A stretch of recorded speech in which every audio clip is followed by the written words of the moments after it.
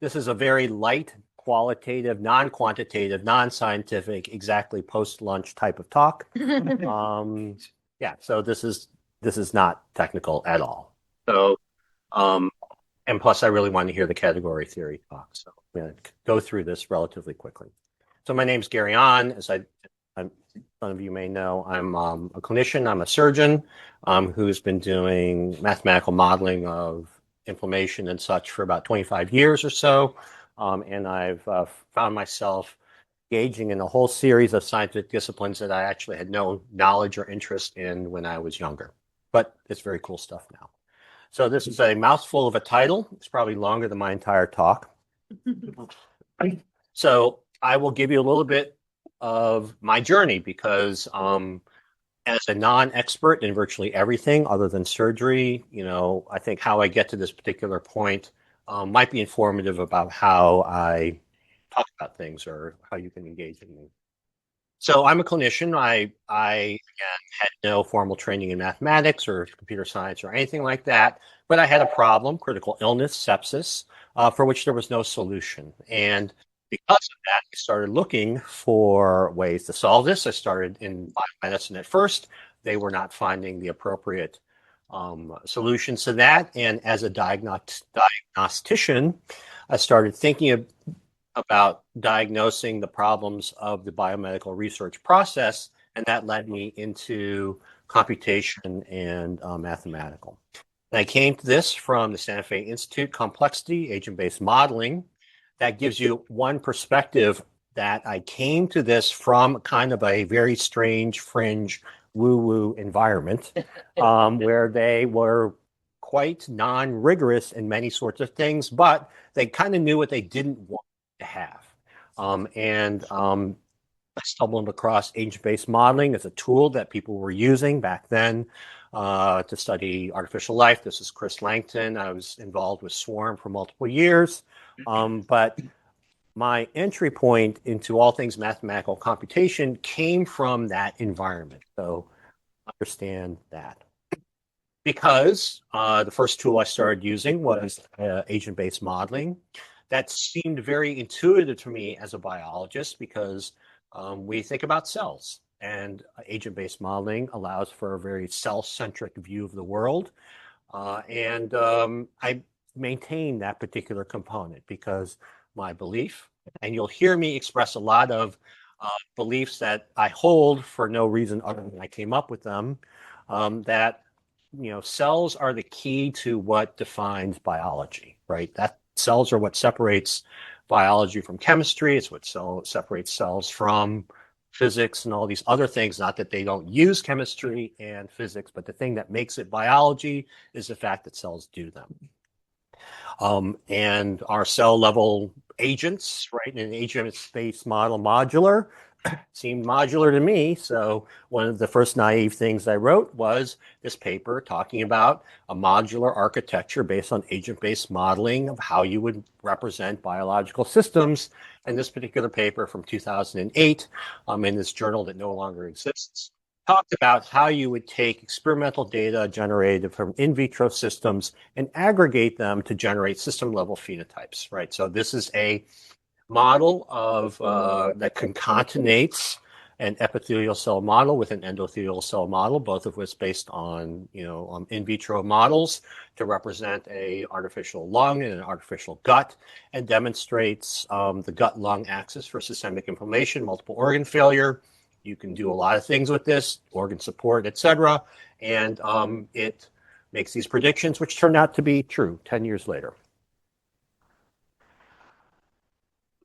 As someone who is generally kind of lazy, I start thinking about ways of how I can leverage what I've already done into other things that we can do. So there's this kind of proto-modularity concept that comes from its agent-based modeling process, right? This idea of hierarchies in biology, which are very intuitive. It seems to match how one might construct an agent-based model. And I wrote this paper in 2006 talking about how these, the suitability of this particular method, which I'm not tied to anymore, though I do this primarily, to some of the organizational challenges that are associated with the multiple hierarchies, and in particular, the trans-hierarchical interpretation of knowledge in biological systems. So this little thing over here is showing how the research environment in those days was discrete and therefore didn't provide a way of automatic connectivity that you could do using computational architectures. However, again, being someone who realized that I don't know everything and lots of people have a lot of information, is there a way that we can sort of organize, concatenate, and bring together what people are thinking and coming up with in a way that can be automatedly put into these particular computational models? Again, coming from a completely non-academic setting, it was immediately clear that lots of people were working on these types of problems. It just, I hadn't heard about them at all. So this particular thing right here, the cell-less agents, is again a very early attempt to create a set of essential functions that you might incorporate into a particular cell, and that would essentially require classification, taxonomy, that will allow you to embed all the biological knowledge that you have in some sort of organized sort of way. So I wrote this paper. I got an email from a guy named Jim Fader at Pitt. He's like, "Oh, you're interested in ontologies." And I'm like, "What's an ontology? Right? What is that?" So of course, then that led to this kind of exploration into the ontology land that lasted a couple of years or so, where I said, "Oh, this idea of structured knowledge that you can reason over, that sounds very interesting." And it turns out that we did this kind of exploratory part where we tried to construct a ontological structure that would allow you to embed information for cell-based representations and multi-cell-based representations, and we did this. So of course, it's more complicated than this. This represented kind of a little cul-de-sac of interest. But again, this, once you start thinking about classes and subclasses of objects, that it's a very short jump from that into the idea that you have modular things, right? Because what is a class except a description of a whole bunch of things that are kind of similar? So back on track. So why do we care about modularity? Why should anyone care about this as a topic of investigation, or why would someone think about this? So we've heard multiple reasons for why would you want to do that. But from my standpoint, the clinical rationale is, since I want, again, able to better treat my patients, and we're terrible at being able to develop drugs to treat patients. The pipeline is terrible. The primary failure mode is not in candidate discovery, which is where all the emphasis has been spent on, but is the translation of what is a good idea into something that actually works, right? So we would like, it seems ridiculous to have to say, but every single failed clinical trial drug is a drug that passed every metric of success up until that particular point, right? So clearly there's a problem with respect to that particular pipeline. Nobody wants to address that particular step. That's the main thing that is holding back, right, drug development. So, talked with some control theory people back in the early 2000s, and this idea of thinking about treatment of a biological system as a control problem was very appealing. And I will use that term control as a surrogate for therapeutics, for the majority of this talk. Right? And as I say here, the hierarchical problem is the main problem of drug development. So why are biological systems modular? So let's just assume for a second that we accept that modularity exists. Why is that the case? Why must it be so? Right, so it is difficult to talk about evolution without getting into some sort of like intentionality or teleology, right? Which, has all this terrible association with it. But I think there are not many words that are useful, I think, in terms of talking about evolution. And I think a lot of how people think about evolution is probably ill-conceived or ill-posed. So in my opinion, biology has essentially one law, every biological object that we deal with is a product of evolution, right? Not to say that they aren't constrained by physical laws, that they don't follow the laws of thermodynamics. All that stuff is true, right? But when you're talking about biology, the common factor associated with biology is they are all subject to evolution.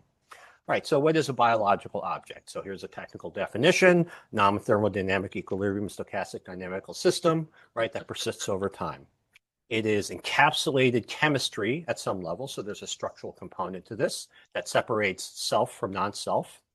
And this idea of persistence is key, right? So if you're going to make a value judgment that it is better to exist than to non-exist, right, then the goal of evolution is to exist, right? You want to continue to be. It, whatever it is that's being evolved, wants to continue to be. There are a whole bunch of, theories about what the origins of life are, but almost all of it involves some compartmentalization of chemistry to separate self from non-self. So the idea that there is a structure to life, the structure to how that chemistry is organized, should be obvious, right, to anyone who studies, cells now. And the information is what persists, right? Because, the mass goes in, the energy goes in, the molecular components change, et cetera. It's the information that persists over time. So this concept of persistence is really important because it has to occur in an environment that is inherently heterogeneous, potentially hostile, and very variable, right? So evolution is not an optimization solution, right? Because the target for that optimization is constantly changing.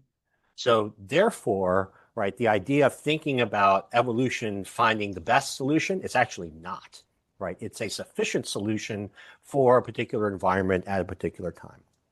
So for evolution to work, right, you need to have some variability in the potential fitness down the road, right? So that if the fitness function changes, you can find a solution in that particular space. You have to have variable fitness functions in a heterogeneous environment. Contexts evolve, right? And the propagation of that fitness somehow such that things that aren't clearly useful, or let's say, that's not a good word, that are clearly advantageous don't get selected out, right? Because the selection is going on all the time. Because of this idea that you need to have the capability for future adaptability, this is why evolved systems are very different from engineered systems, most engineered systems, which are designed to serve a particular purpose. Now, clearly you can have systems that are engineered for future-proofing, et cetera, but in general, right, you have a particular target and you design a system to solve that particular problem. Evolution is not that way, right? Evolution is whatever it takes for me to get to the next step, right? And be able to survive that next particular step. So the principles of evolution, it's not intentional, clearly. There's no intention behind it. Mutations do not have a purpose, right? There's not a good mutation or a bad mutation. There's just a mutation. Most mutations and molecular variability, I'm going to make this statement, are fitness neutral, the ones that we see nowadays. The reason is that if it was beneficial, it would become the predominant thing.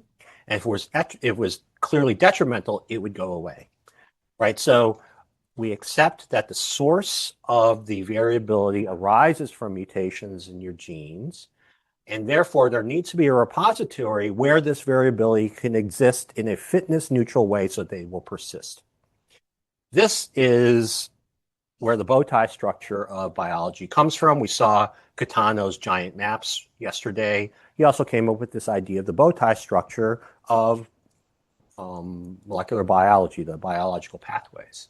The idea that you have these sorts of essential functions, and we can argue about what those may actually be, right? But that there are multiple paths to that particular essential function that are, for a particular context, fitness neutral.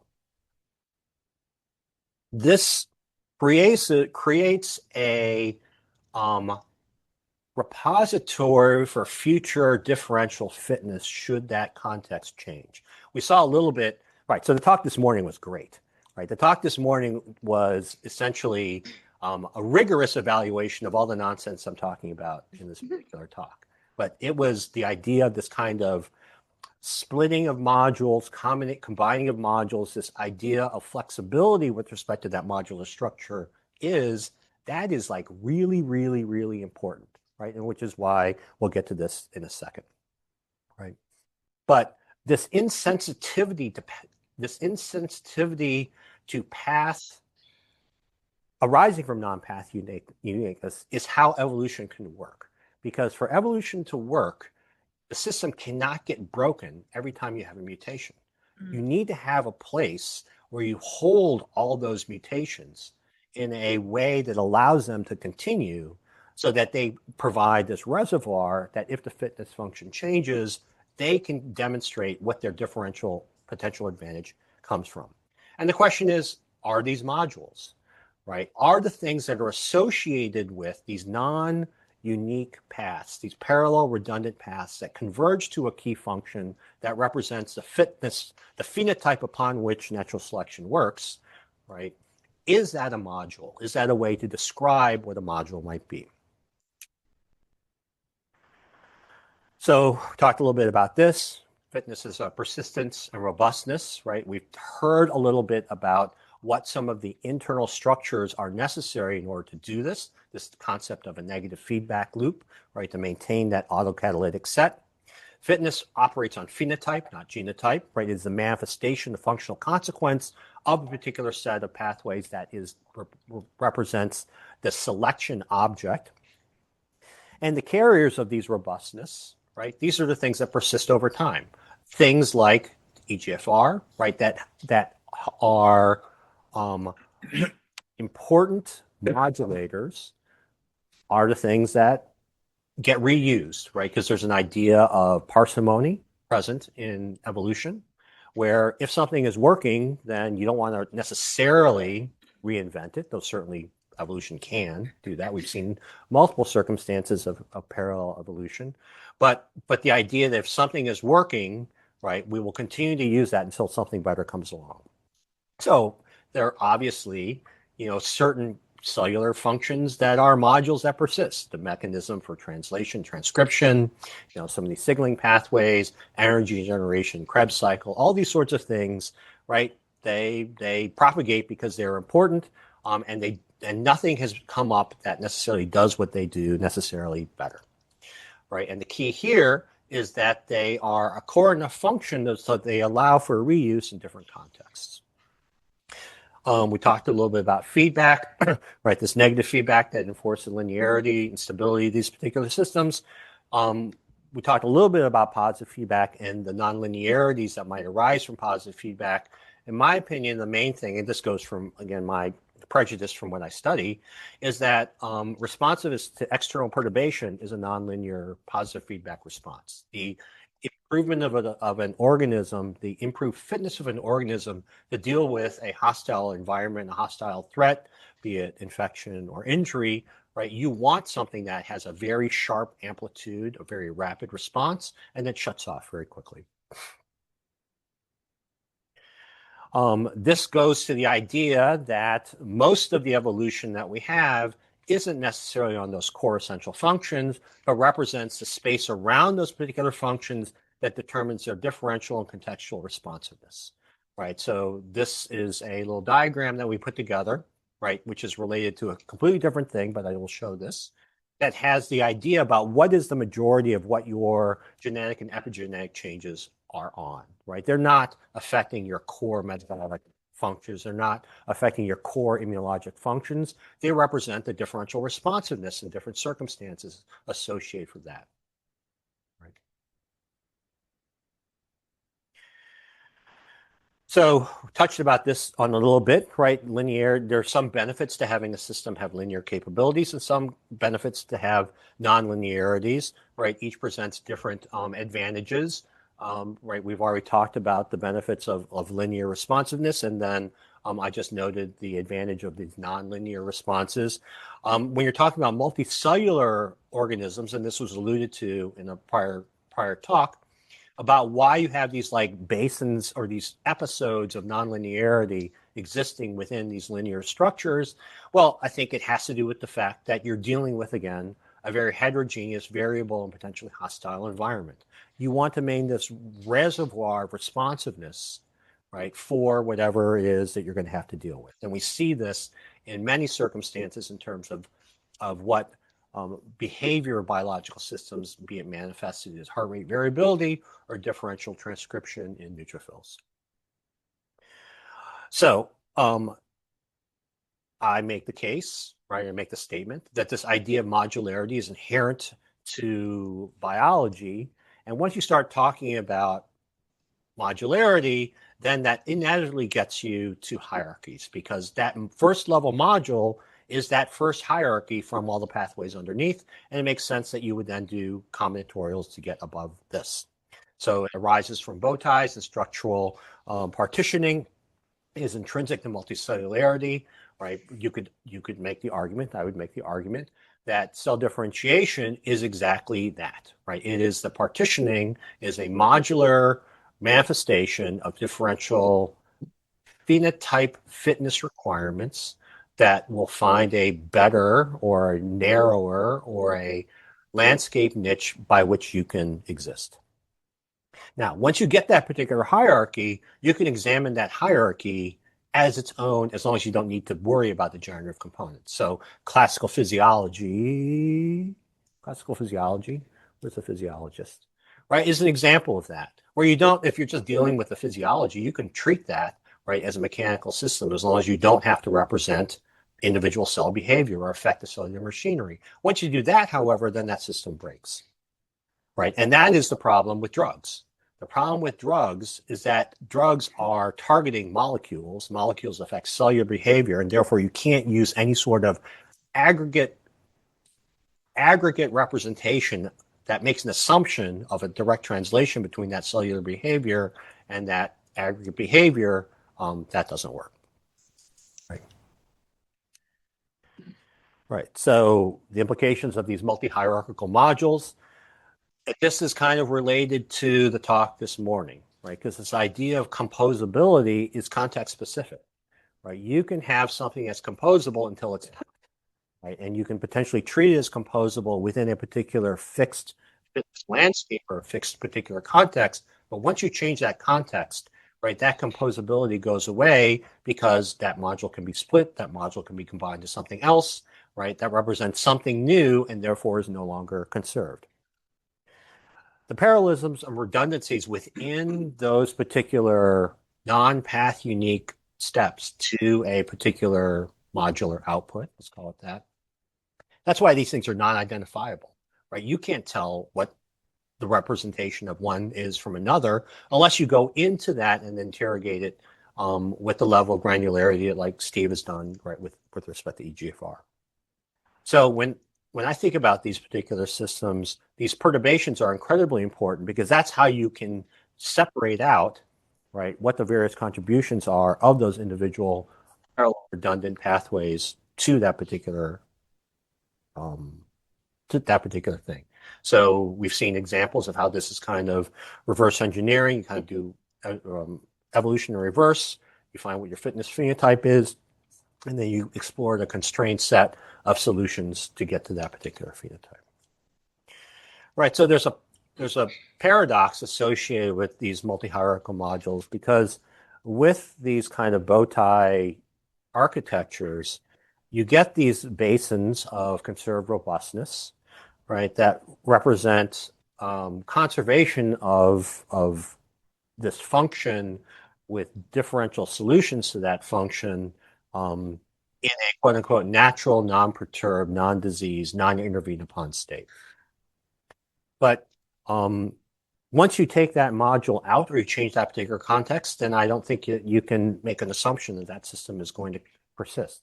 So I think we've seen in the talks that are been presented here multiple ways of trying to anticipate how that particular system will break in a particular set of ways.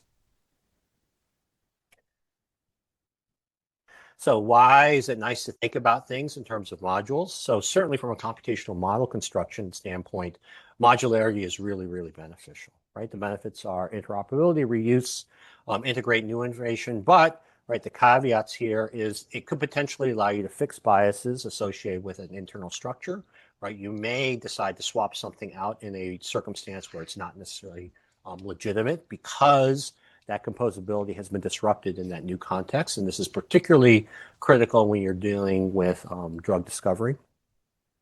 And the implications of that with respect to the higher order phenotype of the disease state or the response to a disease intervention. Right, so this biomedical utility, right, which Reinhard and I talked about earlier, is understanding what the conditional modularity of a particular system is can allow you to potentially anticipate how that system may break, or you would need to engineer around that particular system if you want to do manipulation. An extrapolation of that just from my mind is since, again, these are evolved systems. Systems have evolved to be able to deal with perturbations to their molecular machinery. Maybe treatment should not be focused on manipulating that internal machinery. Maybe treatment should be focused on providing stability or changing environmental contexts in which those negative behaviors don't happen to arise. I think dealing with antimicrobial resistance is a primary example of where the idea that you're going to find new targets to kill bacteria, you're going to stay ahead of evolution. I don't think so, right? Those bugs have been spent billions of years to figure out how to not be killed, right? But virtually every single virulent bacteria exists in a non-virulent, non-disease generating state. How do we keep those bacteria in that particular condition? I think that's what's actually important. And therefore, the idea is that you would use evolutionary and ecological principles for therapy. So pass forward. So again, this computational solution that I do for the things that I work on has this other stuff I'm not going to go into. But I think, this conference is great because it's talking about some of the actual rigorous solutions to this kind of post-lunch nonsense I'm talking about, which I'm really excited to hear about and listen to. So that's it.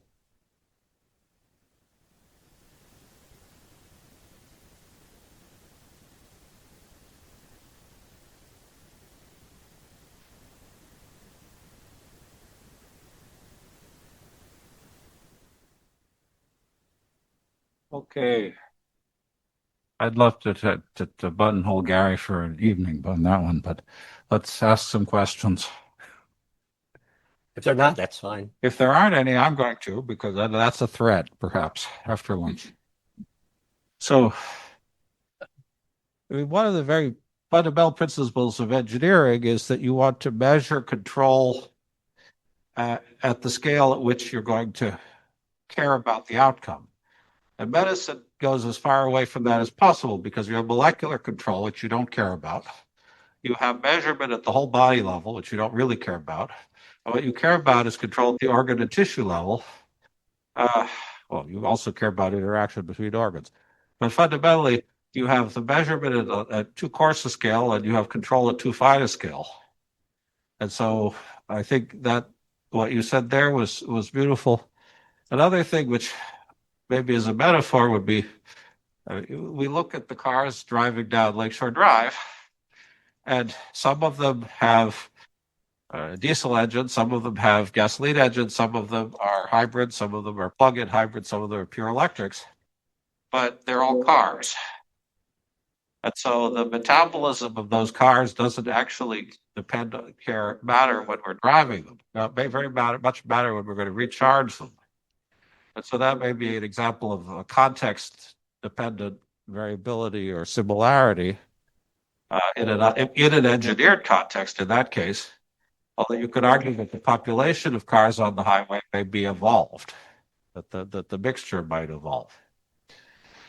I don't know whether those metaphors help at all or whether you disagree. Well, so I think the car analogy is you would then need to have a functional description of what a car is, right, that is agnostic at some level to the manifestation of how that function is manifested, right? So having a motive powering source, right, is a necessary function of a car. How you arrive to that particular function can vary, based on what you happen to choose. So I think, when you're talking about cells, there are certain things that cells kind of have to do, right? They have to process energy, they have to be able to reproduce at some level, right? And they need to be able to respond to, injury. So I think the core functions that are required for life are developed very, very early, right? And then everything after that has been refinement to partitioning of fitness landscapes, right? Which is where all the variability comes in. So that's I think how we should think about these sorts of systems going forward. So one of the things that I would, that was going through my mind as I was watching some of these talks is while there are clearly structural or topological features that may lend themselves to modular descriptions, but ultimately there's an inherent functionality of that module, which is the thing that probably is required to define it. That structural represent component or whatever it is you're going to call, right? That manifests in a function that is the thing that module that defines what that module is.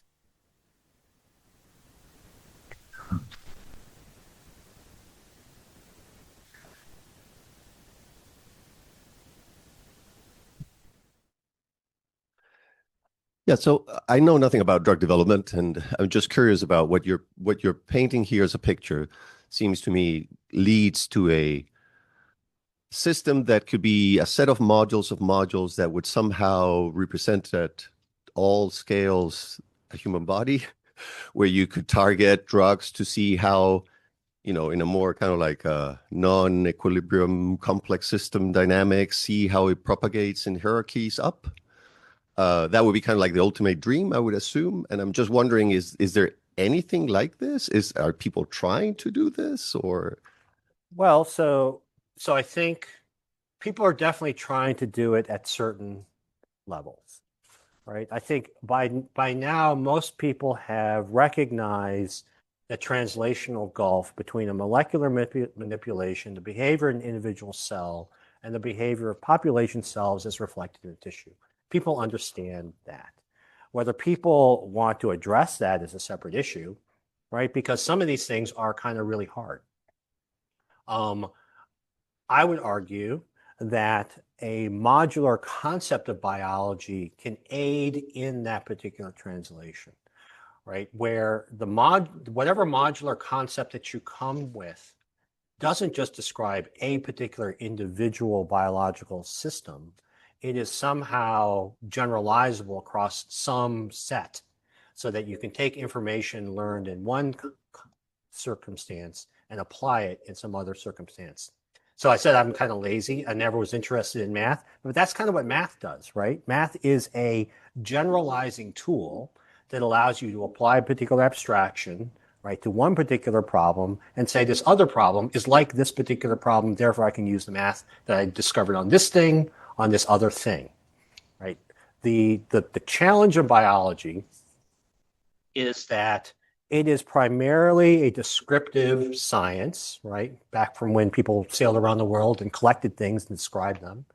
You get famous in biology by studying your thing and becoming an expert in your thing and saying my thing is different from your thing and therefore I'm an expert and you are not, right? That's how you get famous in biology. So the idea, right, of a generalizable abstraction, that's not part of that mindset, right? But that's what we actually need to do to solve these particular problems.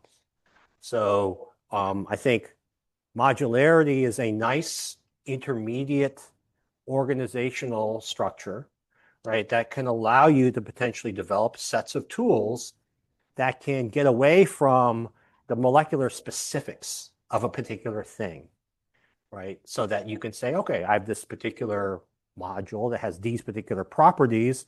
And if I can identify those particular properties, and I can be able to, based on the math of that, to project to up hierarchies of order, right? What an intervention may be on that particular level. I think that would be really powerful, because now we just have to kind of simulate and see the best we can, right? If we address it at all.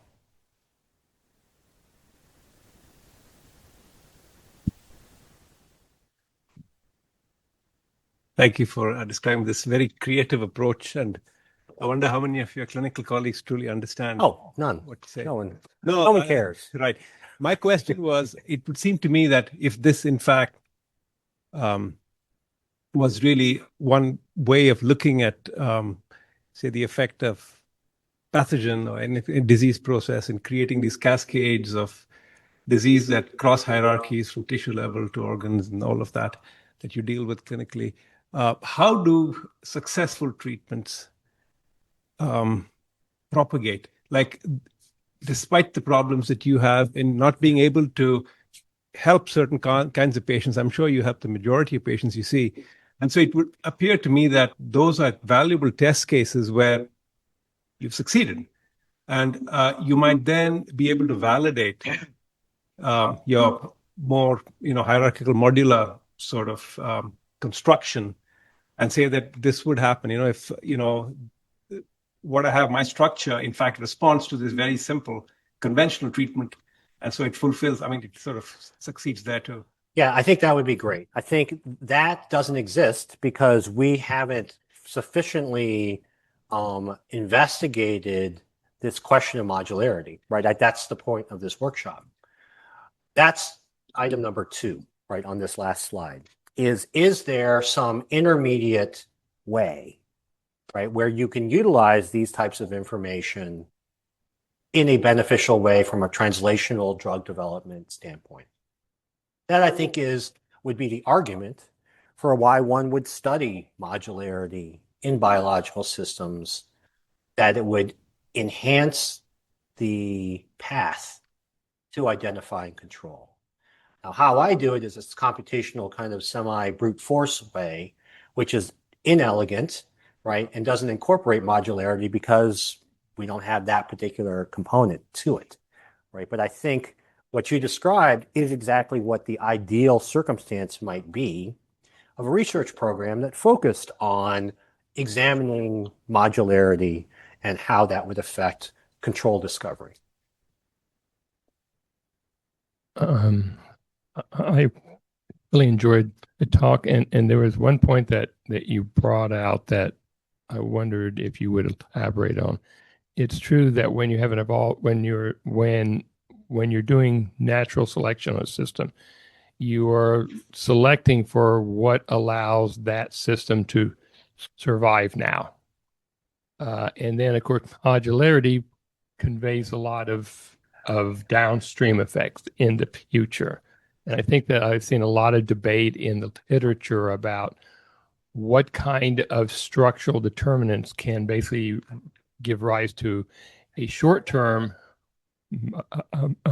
modularity as well as the long-term. And I've seen, for example, thermodynamic considerations. The fewer connections in a network obviously has a thermodynamic advantage if you're energy constrained.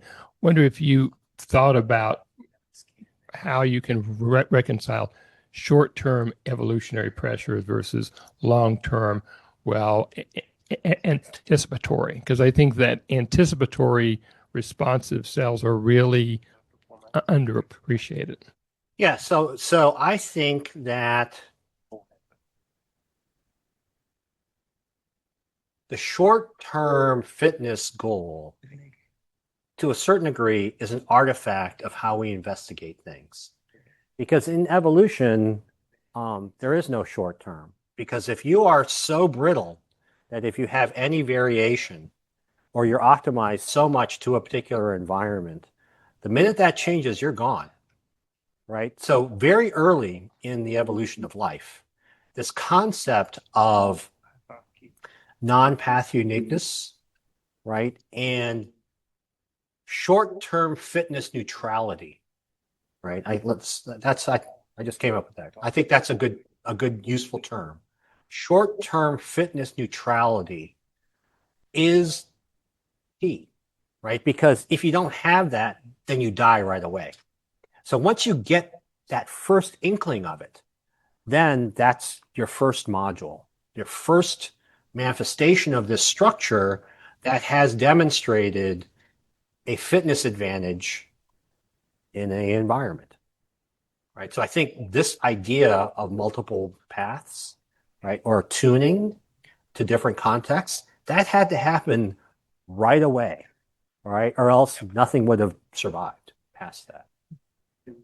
The other one was to make us sort of a comment that sort of follows up on you about drug development. I remember a few years ago, I was part of a group that developed a way to analyze these data sets that the Howard Hughes Institute, I think at Harvard, was generating about 1,000 gene response and all these different drugs and all these different cell lines. So they had hundreds of cell lines and the whole gene transcriptional profile, and they looked at all these drugs. And what the idea was, by looking at what is the transcriptional signature response of different cell types to all these different drugs. And the idea was to say, here, we're going to identify a signature of a drug response. And so we developed a way of doing all against all. So we did every gene against every cell type against every drug to try to find what the patterns were. And what we found is that everything clustered to the cell type, not to the drug. So drugs would affect a particular cell type the same. It doesn't matter whether it was an anti-kinase drug or an anti-DNA synthesis drug, and so they would always get the same. And they say, wait, it makes no sense until we looked.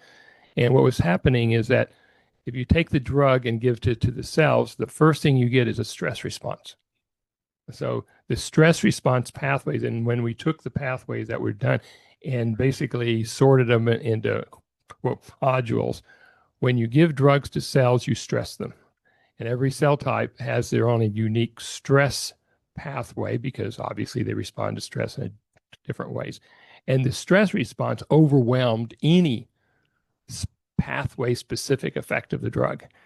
It's because those cells have evolved to resist perturbations, right? Correct. That is exactly why they are the way they are. Yeah. Right. So I think, so to go back to this question about how do you evaluate, right, a particular target, it needs to be at some level so dramatic, right, that it overwhelms that particular endogenous autopoietic property of those cells to want to maintain their prior state. And then I think, when I think it is a very interesting discussion to be had about what then chronic diseases represent, right? Because chronic diseases represent differential attractors for those cells that are extraordinarily stable, right? That's why they're so hard to treat, is because once they fall into that particular context, they become very, very resistant to any sort of perturbation to try and move them out of that particular state. So this idea of differential fitness domains and the stability of that and how modular constructions will reinforce that, I think that is not only important with respect to initial responses to a particular drug, but also to the pathophysiology and the resistance of chronic diseases to attempted interventions. I mean, that comes up, your issue of buffering. I mean, one of the reasons pancreatic cancer is so hard to treat is that cells have very high glutathione levels because they're in a very hostile environment. And so they're basically very resistant to cytotoxins and radiation because they're buffered for that. And in the development of chemotherapeutic resistance and radiation resistance in cancer, very often you see upregulation of glutathione or other buffering species, which is giving the cells that a stronger stress response. So the cell is behaving. I mean, that comes back to Bob Gaby. You have to think about it from the cell's point of view, not from the host point of view. Yeah, I think the way that we treat cancer is completely wrong, right? I don't think we should be killing cancer cells. We should be trying to accommodate them so they don't grow as fast as they grow. Right, that's So, right. Bob's slogan that a happy tumor is a happy patient. That's right. I mean, I've seen multiple patients that are filled with cancer and they live decades. They have somehow come to an accommodation of those particular cells, right? And nothing makes tumor cells angrier than trying to kill them, right? That shifts them into a very aggressive phenotype. So, yeah, so this is the evolutionary ecological control idea. Okay, I think we're going to move on to the next talk and then come back to this, I hope. Thank you, Harry, for a great